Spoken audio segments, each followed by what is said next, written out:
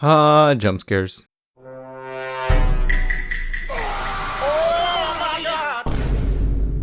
You've heard of them, I've heard of them, and did you know that jump scares have existed way before you were ever born? Well, unless you're 98. The earliest forms of jump scares date back all the way back in 1925. It was the Phantom of the Opera. However, it was in black and white, and it didn't even have sound at the time. Apparently in the article I was reading, the audience were screaming and were terrified. Some even fainted. From other articles I've read, the most famous and earliest jump scare was the movie Cats.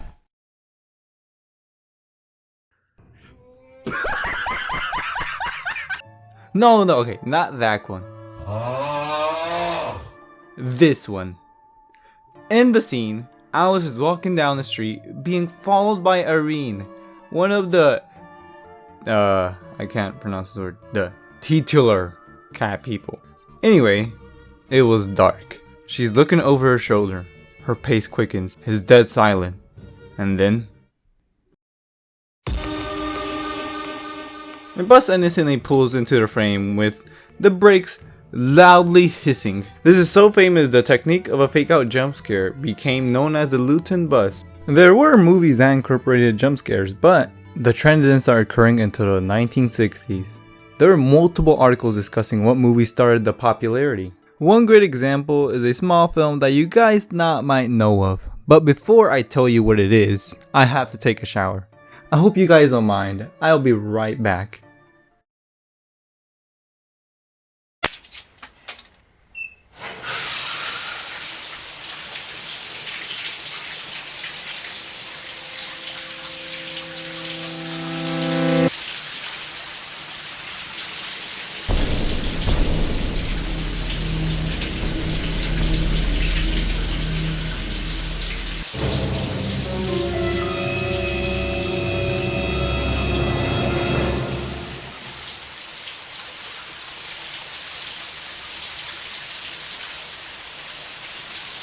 I personally think jump scares can be fun. I don't know why, but I sometimes just scare people. Maybe it's because my footsteps are quiet, or maybe it's because I just walk behind them and I don't say a word until they turn around. I mean, I wouldn't be doing it on purpose. Something I used to do is jump scare my friends and family for the entire month of October. I would hide in a closet, I would hide under the bed, in the car. Man, I was practically the boogeyman. But I slowly stopped by the time I was 12 or 13.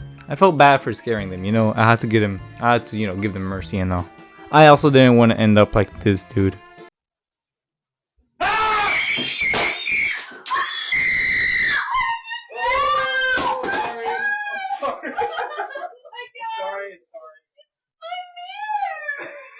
Now, let's talk about jump scares that kept me up at night. There's this video going around the internet, and at first everything looked fine.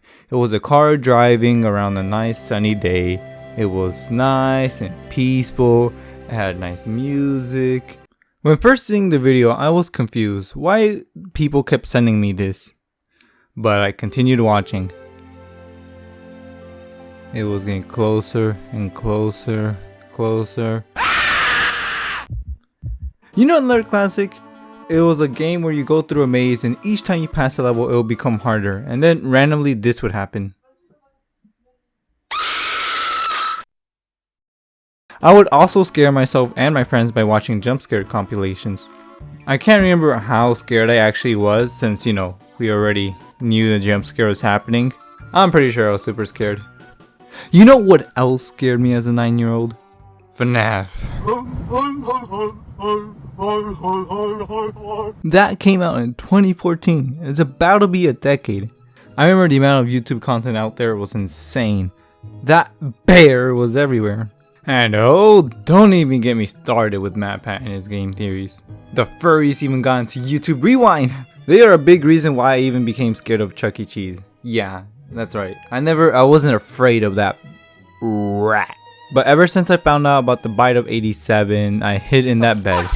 I know FNAF has been pretty much run down to the ground, but it was a very cool and genuine concept. My favorite one is probably the fourth one. Like, look at this character design. The first few games had a pretty cool and understandable lore. The concepts of the crying child and the missing 5 kids had me hooked. As an 11-year-old, that game was scary. But now that I have my big boy pants, that game is for babies. Jump scares aren't as effective anymore. I feel like they're a cheap tactic to get a small reaction. Like, let me show you some examples. You see that? There is no reason for that. But maybe they will get better.